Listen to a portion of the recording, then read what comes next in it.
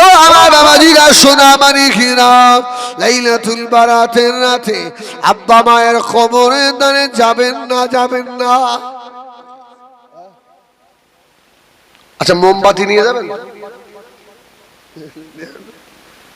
সারা বছর বাপের কবরের ধারে যায়নি, সবাই বাড়িতে সকালবেলা গিয়ে দুধ দিয়ে ধুইয়ে পরিষ্কার করে হাব রেখে চলে এসে। হ্যাঁ, আল্লাহু আকবার, কি দরকার? আব্বা মায়ের খবরে দাঁড়িয়ে গিয়ে দাঁড়াবেন। ও ছেলে রে, ভুলে যেও না, ভুলে যেও না, ভুলে যেও না, ইমাম ছাড়া কি দোয়া কবুল হবে না, হবে না? হুজুর আমি তো কিছু জানি না হুজুর। ওই মসজিদের ইমাম সাহেব রেখেছি ওজা বলে, আমরা পেছনে বসে আল্লাহ আমিন আমিন আমিন করি, আল্লাহ যদি কবুল। তোর ইমাম রাখ, তোর হুজুর তোর পীর সাহেব রাখ, আমার বাপের কবর আমি জিয়ারত করবো। সুবহানাল্লাহ। পীর সাহেবের দোয়া কবুল হতেও পারে, নাও পারে। হিজবুল্লাহর দোয়া, ইমাম সাহেবের দোয়া কবুল হতেও পারে, নাও পারে। বাপের পাগল বেটার দোয়া কোনো বাধা থাকে না, ডাইরেক্ট কবুল হয়। হুজুর এত ভালো তো দোয়া কালাম পড়তে জানিনি হুজুর। হ্যাঁ, কোথায় যাচ্ছ? যাও শিগগিরি এসো, দোয়া। আল্লাহু আকবার বলেন, আল্লাহু আকবার। অনেক বলি সাহেব দেখবেন মসজিদে দাঁড়িয়ে বড় বড় লেকচার দেয়, ফতোয়া দেয়, তোমাদের আত্মীয়তা সহি হয় না, নামাজ হবে না। কোরআন শরীফ হয় না, তোমাদের নামাজ হবে না। বান্দা চেষ্টা করে, পারে না। কি সব কি হবে সাহেব? সব বলি সাহেব। আমি বলি সাহেব, এইভাবে আল্লাহর বান্দার মনে দুঃখ দিও না, বান্দাকে আল্লাহর ঘর থেকে দূরে সরিয়ে দিও না। আমার আল্লাহ বেকাটাকেও সোজা করে নিতে পারেন। জোরে বলুন সুবহানাল্লাহ। হয়তো কোরআন শরীফ সেইভাবে বান্দা পড়তে পারে না, কিন্তু বান্দা যখন নামাজে দাঁড়ায় আল্লাহ আর ওর মধ্যে কোনো পার্থক্য থাকে না, ফানা হয়ে যায়। জোরে বলুন সুবহানাল্লাহ। হ্যাঁ, বান্দার কোরআন খুব একটা সহি নয়, চেষ্টা করে হয় না। ও আল্লাহ বান্দা রে, ওই আল্লাহর বান্দাকে দুঃখ মনে দিও না।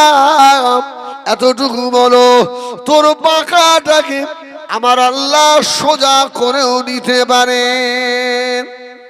হযরতে বেলাল পাকা ছিল না, সোজা। সুবহানাল্লাহ। কেউ বলে বেলাল তোতলা না ভালো? তো দাঁড়াও, আমি তো আস্তে আস্তে রুটে নামছি সেই দিকে, তা তোতলা তোতলা এমনি করছি।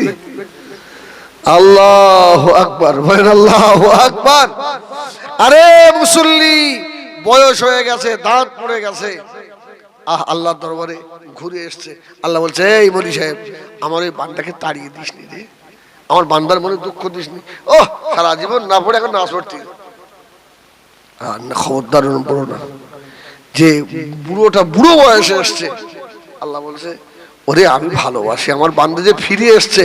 মায়ের 5 বছরের হারানো বেটা মা যখন খুঁজে পায়, মা খুশি হয় না, বেজার হয়?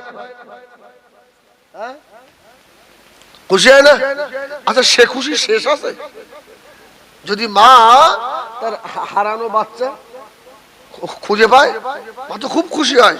আল্লাহ বলছে, দুনিয়ার একটা মা যদি তার হারানো বেটা পেয়ে খুশি হয়, আমি আল্লাহ আমার 80 বছরের গুনাহগার বান্দা যখন, আমার হারিয়ে যাওয়া বান্দা যখন আমার ঘরে ফিরে আসে, আমি আল্লাহ ওর মায়ের থেকেও বেশি খুশি হয়ে যাই। সুবহানাল্লাহ। আমার পাপী বান্দা যখন ফিরে আসে, আমি আল্লাহরও খুশি হই। আমার বান্দাকে তোমরা তাড়িয়ে দিও না, ক্ষমা করে, আমি ক্ষমা করি, আমি আল্লাহ, ক্ষমা করার মালিক তুমি নাও। আমার বান্দা যদি একবার অন্তর দিয়ে ডেকে ফেলে, আল্লাহ আমি এতদিন ভুল করে ফেলেছি, আল্লাহ। মায়ের সম্মুখে যদি বাচ্চার চোখের পানি পড়ে, মায়ের চোখে পানি আসে না? মা দেখবেন আসল দিয়ে চোখ মুছছে। আল্লাহ বলছে, তোর মা যদি কাঁদে, তোর কান্না দেখে, তোর কান্না দেখে আমি আল্লাহ আমার কষ্ট হয় না? আমি আল্লাহ তো তোকে বড় শখ করে বানিয়েছি, তুই আমার বড় আদরের বান্দা, আমাকে আল্লাহ বলে ডাকবি। তাড়িয়ে দিও না আমার বান্দাকে।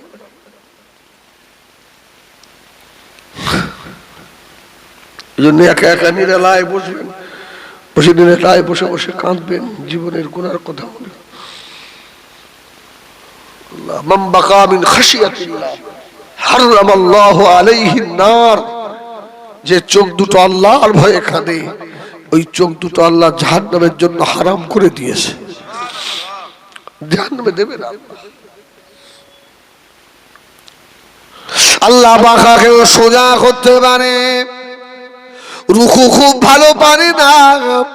আমার বান্দাকে কষ্ট দিও না, আমার বান্দা সাজদা ভালো করার চেষ্টা করে পারে না। আমার বান্দাকে বলো না তোর নামাজ হবে না, নামাজ কবুল করে কোনো বলি সাহেব নয়, আমি আল্লাহ কবুল করার মালিক। সুবহানাল্লাহ বলে। আল্লাহ যে কত দয়া। আচ্ছা বেলাল বাঁকানা সোজা, তোতলা, ঠোঁট মোটা, নাক ঢাবা মতো, ও কিরাম দেখতে, ও কি পক্সের দাগ, হ্যাঁ বেটে কালো, আর বেটে মানুষ তো পা এইরকম বড় বড়। আচ্ছা বেটে মানুষের যদি পা বড় হয় খুব সুন্দর দেখায় না? কিছু বলে না, সে একদম বিশ্রী কেস। পৃথিবীতে তিনটে মানুষ, কালো মানুষ আল্লাহর দরবারে বেশি প্রিয় ছিল, যেন মানুষ সুবহানাল্লাহ। এক নম্বরে কালো মানুষ বেলাল, আল্লাহর দরবারে বেশি প্রিয়, সুবহানাল্লাহ বলেন। আর একজন ছিল হযরত ওমরের গোলাম। তৃতীয় নম্বর একজন ছিলেন, তিনি নবী ছিলেন না, আল্লাহর ওলি ছিলেন, যার নামে কোরআনে একটা সূরা কমপ্লিট আল্লাহ নাযিল করেছে, জয় বলুন সুবহানাল্লাহ। পৃথিবীর প্রথম মানুষ হযরত আদম নবীর নামে কোরআন শরীফে সূরা নেই, আছে? সূরা আদম বলে কোন সূরা আছে নাকি? নেই নেই নেই। তাহলে পৃথিবীর প্রথম মানব, প্রথম নবী আদম নবীর নামে কোরআন শরীফে সূরা নেই। নবীদের পরে যিনি সবথেকে দামি আবু বকর, আবু বকর সিদ্দিকের নামে একটা সূরা কোরআন শরীফে নেই। আর লোকমান আলাইহিস সালাম বেটে কালো, তোতলা, দাগ, পাগুলো এরকম বড় বড়, একদম বিশ্রী, ছাগলের রাখাল। আল্লাহ তার নামে কোরআন শরীফে একটা সূরা দিয়েছেন, সূরা লোকমান, জোরে বলুন সুবহানাল্লাহ। কেন আল্লাহ খুশি হয়েছিলেন?